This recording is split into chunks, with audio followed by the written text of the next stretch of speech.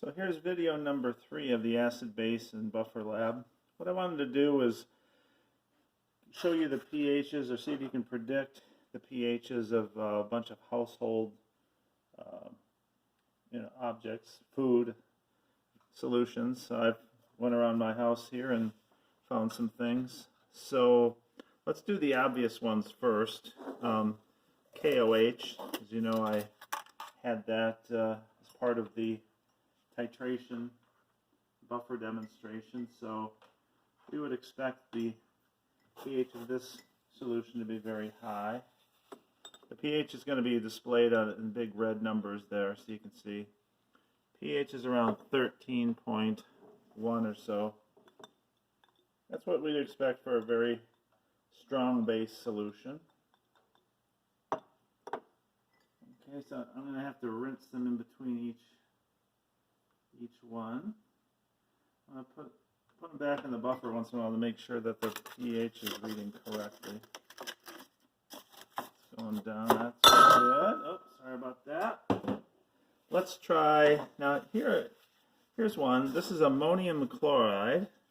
That's a compound that is a salt. It's just, if you mix ammonium with hydrochloric acid, you get this salt. So I'm just going to take some of this and dissolve it in water. So it's just a solid white powder. Let's put the probe back in this solution. So this is just pure water. It should be a pH of around 7 or so. Let's let it stabilize a little bit here. So it's dropping a little bit. So I'm going to add in my ammonium chloride. Not going to measure it, I'm just going to dump some in. And we're not going to see any effect it might have on pH until it actually dissolves. So let me mix that up, get it to dissolve, and see what we get. So the pH dropped pretty darn quickly when I added it. So one of the questions I'll ask you is why is the pH of this solution less than 7? Why is this an acid? The formula is NH4Cl. It's ammonium chloride. If I'm trying to get this lined up in the camera shot. So this is the formula of that compound, NH4Cl. So why is that acidic? It's just it's what you get when you mix ammonia with hydrochloric acid. It's sort of the salt that you'd get. Okay, let's put that one aside. And here I have ammonium carbonate, or I'm sorry, sodium carbonate. This is the material I made that buffer with earlier, one of the buffers. Let's put so now we're getting a pH of around 10.96. Does that make sense? Why is this pH, the formula of this salt, now these are all aqueous solutions, so it's just sodium carbonate is like the last one, which was a white powder dissolved in water. So it's just an ionic compound dissolved in water. So you have a mixture of sodium ions and carbonate ions, which are CO3 -2 ions. So that gives a pH of almost 11. Very, very basic solution. Let me rinse off the probe here. Put it there. Okay. Now let's see. Let's try, well, I've already shown you this one, but let's try it. Sodium. Now I'm going to put it back in the buffer to make sure we're still reading about the right readings. It should go down to about pH 4. Good. We are still, it's kind of pointless to do an experiment if your equipment isn't working. So that's just to check. So this is baking soda. It's just household baking soda. I found, everybody has it at their house for cooking, whatever. So you probably already know that this is basic as well. It's not as basic as the sodium carbonate. Now again, the names sound similar. This is sodium bicarbonate. This has the chemical formula NaHCO3. The other carbonate had the formula Na2CO3 -2. Na2CO3, sorry. So this is when this dissociates in solution, you get sodium ions and bicarbonate ions. The HCO3 negative 1 ion is the conjugate acid of carbonate ion. When you take carbonate and add a proton to it, you get bicarbonate, which is in here. So it's basic, but not as basic. All right, let's rinse that off. So you might have predicted those. Let's see, let's kind of clear it out. What if we took table salt? I just have sodium chloride. So I got some sodium chloride pellets from my water softener. It's pure NaCl. So let's put the probe in here. Should get this is just water. All I have in here right now is water, distilled water, which is a pH of around 7.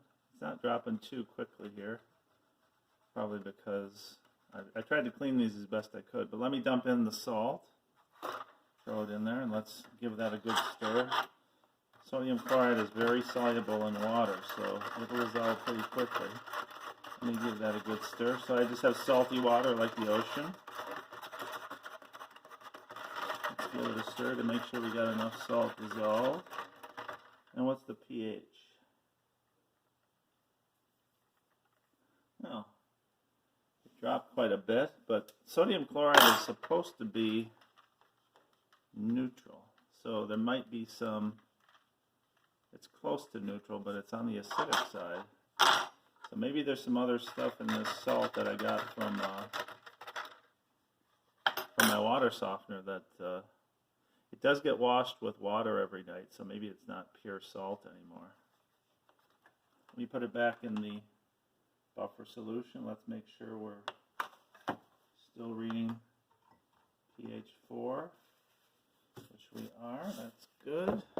So that was a sort of unexpected result, but table salt should be, when it dissolves, a pH of 7 or pretty close to it.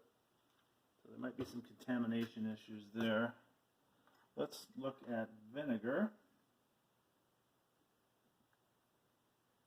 Okay, you might predict vinegar is acetic acid. It should be pH less than 7. Yep, quickly drops, as we would expect, to a low pH,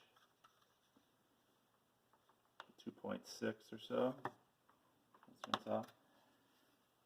And then I went upstairs and I got some, out of my refrigerator, some orange juice. So let's see what the pH of orange juice is. Now I'm going to have some issues with cleaning this because it's not just pure water. It's not an aqueous solution. Orange juice has a pH of around 4.36. Does that make sense? Well, figure out, one of the questions I'll ask you is what's in orange juice that causes it to be acidic? You may or may not know the answer offhand, but orange juice is mostly water, but it's got a lot of vitamin C and other things in it that would create it. So they, it's oranges and lemons are citrus fruits. The word citrus comes from citric. So you look up the rest and figure out what's the compound that's probably contributing to the low pH of orange juice. It's not too low. You don't want to drink something that's really low pH, but it is somewhat acidic. All right. Let me rinse off this. Now I found some, just a can of Coke. Coca-Cola. Let's pour this in here. It's got carbonated water in it, so CO2 in water, as you know, makes acid. But there's also phosphoric acid. If you look at a label of Coke, there's phosphoric acid in there. Look how acidic Coke, it's under pH 3. That's why you shouldn't drink a lot of this stuff. It's hard on your teeth, it's hard on your stomach. This stuff can actually dissolve nails. If you put an iron nail in a can of Coke, it will eventually dissolve the nail because the pH is so low. It's got a fair amount of hydrogen ions floating around. So I want you to, one of the questions I'm asking you is about phosphoric acid. What are its properties or what's its structure? So look out for that. Is it a strong or weak acid? that. So that's, you would expect those things to be acidic. All right, let me just put it back in the buffer, make sure we're still good with the equipment. I think I need to clean out some vessels, so I'll end this video here and then continue with some more household chemicals here in the next part of this video.